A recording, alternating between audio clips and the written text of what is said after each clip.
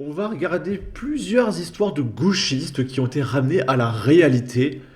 Et vous le savez, moi j'adore boire les larmes de gauchistes. Je pense que c'est mon jus de fruits préféré, d'accord? Et on va commencer par une série de tweets. Donc c'était par rapport aux émeutes de Wanis. Il y a un mec qui dit, alors voilà, il parle, oui, il a refusé de tempérer, etc. C'est la police, elle a fait son travail. Et il y a ce gauchiste qui dit, sauf que ta famille qui est blanche de peau est 5 fois moins contrôlée que les gens d'Aubervilliers. Tu comprends pas ça ou quoi? Donc en gros, il dit que il y a une certaine population qui se fait beaucoup plus contrôler qu'une autre. Et que c'est le système qui est très très méchant. Et du coup, To, son adversaire, répond pourquoi les femmes sont moins contrôlées que les hommes. Barbarossa qui répond parce que le taux de criminalité chez les femmes est moins élevé que chez les hommes, espèce de génie. Et du coup, Todd répond bien vu, champion.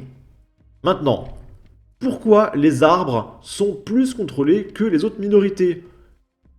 Et là, ça y est, erreur 404. Ouais, la vie de ma mère, en garde à vue, il y a plus de blancs que de rebeux, la police est très très méchante, et il s'est barré. Donc c'est vraiment mais tellement simple de debunk un gauchiste. Il a utilisé, en fait, To a utilisé les propres arguments de Barbarossa.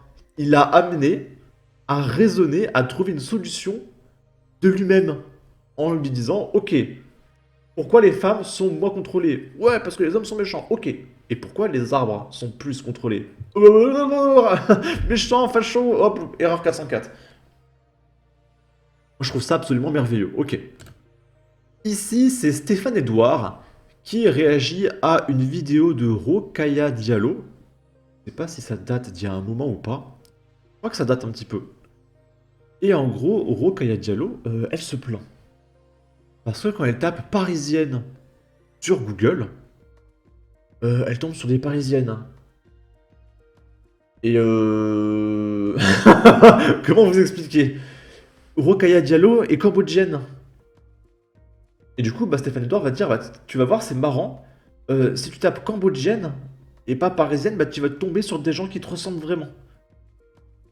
C'est magnifique, encore une fois. Je m'appelle Rokhaya Diallo, je suis née et j'ai grandi à Paris. Lorsque je tape parisienne sur un moteur de recherche, une succession d'images présente un défilé de femmes dont les profils et les silhouettes quasi identiques semblent se multiplier à l'infini.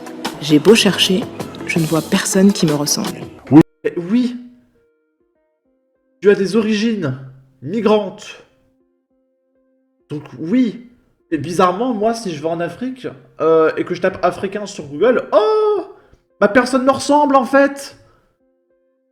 C'est dur à comprendre. Normalement, un mec qui a un QI de plus de, je sais pas, 8, comprend ça. Oui, alors l'autre recherche que je vais vous proposer, puisque Rokhaya, Fatima, Samira et Fatoumata semblaient se plaindre de ne pas se reconnaître dans la parisienne de Saint-Germain-des-Prés, j'ai envie de demander par exemple à Rokhaya, qui si je me souviens bien du premier documentaire, est je crois d'origine gambienne et sénégalaise, qu'est-ce qui sort sur internet si je tape Ah, excusez-moi, j'ai dit cambodgienne, excusez-moi, c'était gambienne. gambienne ou sénégalaise? Internet a répondu, la sénégalaise est noire et voluptueuse, la parisienne n'a pas le droit d'être blanche et mince. Il faudra qu'elle se métisse de force. Mais pas dans l'autre sens par contre, parce que dans l'autre sens, ça s'appelle l'appropriation culturelle. C'est quand même dingue, hein. Il n'y a que en Occident, il y a ça. Moi, je vois aucun migrant occidental en Afrique se plaindre qu'il n'y ait pas de, je sais pas, de Français en Afrique du Sud. Il n'y a que les Occidentaux qui se font marcher dessus comme ça. C'est insupportable. Ok. Ici, c'est un gauchiste sur Twitter qui montre les vacances des gens très très méchants. Et on va voir, pour lui, c'est quoi des vacances de quelqu'un de très très méchant. Et il met une musique, donc je vais couper le son. On est en bateau, des vers, c'est la nature. Quelle horreur! Ah! Ah, c'est tellement l'extrême droite! Ah!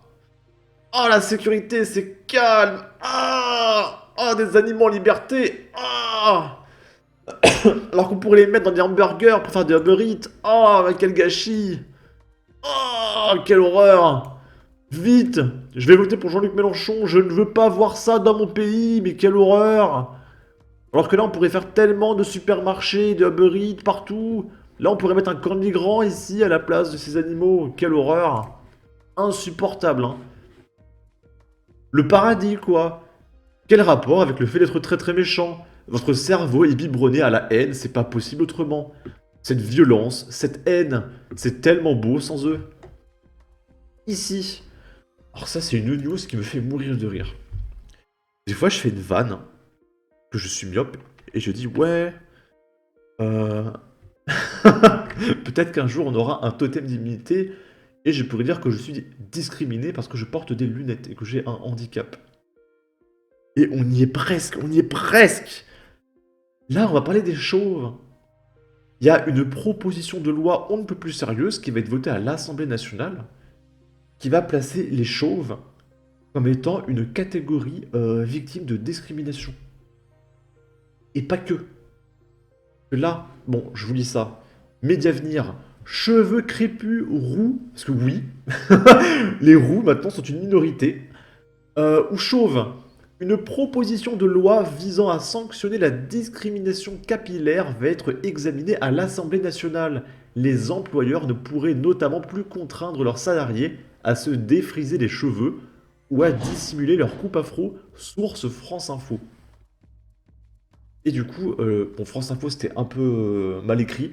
Il y a F de Souche qui en parle un petit peu mieux. Et donc là, il y a les différents types de cheveux. Alors, bizarrement, il n'y a pas les chauves. Pourtant, ils avaient parlé des chauves, hein. Et apparemment, il va y avoir des minorités selon les cheveux. Si j'ai bien compris, les cheveux raides, c'est les dominants. Et les minorités, c'est les cheveux bouclés, crépus, roux. Et alors blond, je sais pas. C'est bien des blonds, c'est que les roux. Et du coup, les chauves. Et c'est quoi la prochaine étape? C'est genre, si t'as les yeux bleus, bah t'es une minorité, parce qu'il y en a pas beaucoup qui ont les yeux bleus. Donc si t'as les yeux bleus, t'es une minorité. Si t'as les ongles un peu trop longs, t'es une minorité. Si tu te ronges les ongles, t'es une minorité. Il va falloir arrêter ça à un moment donné. Il y a tout le monde qui fait partie d'une minorité, ça n'a aucun sens. Si tout le monde est minoritaire, bah on est tous à égalité en fait. Est-ce que c'est le but des gauchistes? Est-ce que c'est que tout le monde se victimise? Comme ça, on sera tous des victimes minoritaires et on sera tous égaux. Ce sera l'égalité, on est tous des victimes. Est-ce que c'est ça votre objectif? Et du coup, moi je perds un petit peu mes cheveux, malheureusement. Je pense que quand j'aurai 30 ans, je serai finito. Donc, j'aurai un totem d'immunité. Parce que je serai chauve. Et du coup, si quelqu'un m'insulte, je pourrais dire, ouais, tu dis ça parce que je suis chauve. Sale chauvophobe. C'est fou. Et du coup, on va regarder cet article. Du coup, tous ceux qui me traitent de facho en commentaire, eh bien, vous êtes chauvophobe et myopophobe, d'accord? Parce que je fais partie d'une future minorité. Il faut que ce soit voté à l'Assemblée nationale. Cheveux frisés, crépus, blonds. Oui, il y a blond, il y a blond. Blond, c'est aussi une minorité. Ok. Blond, roux ou crâne chauve. Le 28 mars, l'Assemblée nationale examinera un texte qui vise à sanctionner la discrimination capillaire, notamment dans le monde du travail, présenté par Olivier Servat, député de Guadeloupe. Sarah Lemoine de Radio France fait le point. Et là, on réalise quelque chose. Donc regardez bien. Les cheveux frisés, crépus, blonds, roux et chauves, c'est minoritaire. Donc c'est quoi le dominant? C'est quelqu'un de brun avec les cheveux lisses. C'est ça le dominant.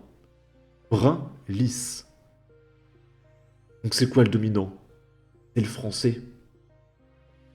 Le français, blanc, brun, cheveux lisses, classique. Il faut exterminer, il faut vraiment exterminer le français. Et tout ce qui diverge du français est minoritaire. Et du coup, il faut mettre en avant tout ce qui est différent du français. De toute façon, je pense que c'est une question allez, 10 ans avant que les Français pure souche disparaissent, hein. Là, c'est... Waouh, j'ai des frissons, hein.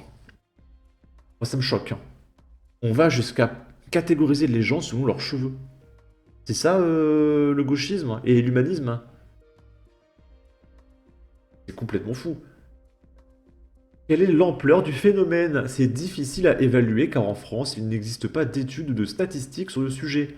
En revanche, la discrimination capillaire existe. Il y en a de toutes sortes, c'est incontestable, affirme le sociologue Jean-François Amadieu. Je suis pas forcément d'accord. Parce que tu vois, s'il n'y avait pas eu cet article pour parler de discrimination capillaire, je n'aurais jamais entendu parler, hein. Ça n'existe pas. À part les vannes sur les chauves, on rigole entre nous. Euh, ça vous gêne les blagues en fait? Bon.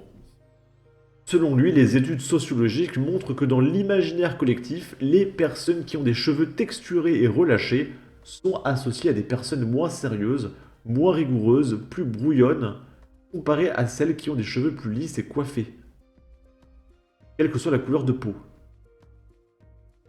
Donc il a fallu des études sociologiques pour prouver que quelqu'un qui prend soin de soi et qui se coiffe est mieux vu que quelqu'un qui a les cheveux en pétard. Waouh. Waouh, waouh, waouh. Il y a des mecs qui ont été payés pour ça, hein, des sociologues, des statisticiens, etc. On prend soin de soi, on est mieux vu. Waouh, waouh, waouh, waouh. Heureusement qu'il y a des sociologues pour ça, hein. Et c'est cela qui conduit aux discriminations, notamment dans l'accès à l'emploi. Peut-être que la prochaine étape, c'est bah, si tu pues, t'es discriminé, donc il faut pas être puophobe ou alénophobe. La proposition de loi qui entend lutter contre la discrimination capillaire évoque spécifiquement la situation des femmes noires. La députée Olivia Serva, qui porte ce texte, cite une étude menée aux États-Unis où les sondages ethniques sont autorisés. Elle montre que 2 tiers des femmes afrodescendantes changent de coiffure avant un entretien d'embauche. Or, s'aplatir les cheveux, c'est s'aplatir soi-même. Dit-il, cela touche à l'estime de soi. Par ailleurs, les femmes qui utilisent des produits pour défriser leurs cheveux multiplient par 4 le risque d'avoir un cancer de l'utérus, sans déconner, par rapport à celles qui n'en utilisent pas, d'après l'Agence américaine de santé publique. Donc en fait, elle dit que ceux qui ont les cheveux frisés, du coup, se défrisent pour avoir les cheveux plats, et du coup, augmentent le risque de cancer, donc en quelque sorte, le système tue les afrodescendants. Et donc le système est extrêmement méchant. Alors oui, c'est un raccourci, c'est même peut-être de la téléportation, mais moi je fais que lire l'article, hein, d'accord? Le député estime aussi que la France est à la traîne sur le sujet, comparé, comparé aux États-Unis, où une vingtaine d'États ont adopté une législation contre les discriminations capillaires à défaut d'une loi au niveau fédéral. On va regarder les commentaires et on va se laisser sur ça. Toujours rien pour les chauves. La Minute Info, un excellent youtubeur, répond « Si, si », et je cite la source de Mediavenir. Et la discrimination selon le type de poil de fesses, est-ce que l'Assemblée nationale va se pencher sur la question? Et les femmes à moustache? C'est vachement la priorité, vraiment nul les députés. Et nous payons les députés pour pondre ce genre de conneries. Comme si le RH allait te sortir un refus pour cause de coupe de gland ouvertement. On notera toujours ce dégoût du blanc. Mais c'est ça. Cette loi, c'est le dégoût du blanc. Les seuls là qui sont pas concernés par ça, ce sont les bruns cheveux raides. Donc c'est le français blanc européen en fait. Et franchement, ça me saoule, hein. C'est-à-dire qu'on discrimine les bruns en faisant ça, mais on te dit quand même que ce sont tous les autres qui sont discriminés, et pas le brun. Ça n'a aucun sens, c'est une inversion totale des valeurs, hein. En tout cas, n'hésitez pas à donner votre avis, votre opinion, à partager, liker, commenter, ça aidera au référencement de la vidéo sur YouTube. Abonnez-vous, suivez-moi sur Twitter, et à la prochaine pour de futures vidéos. Ciao!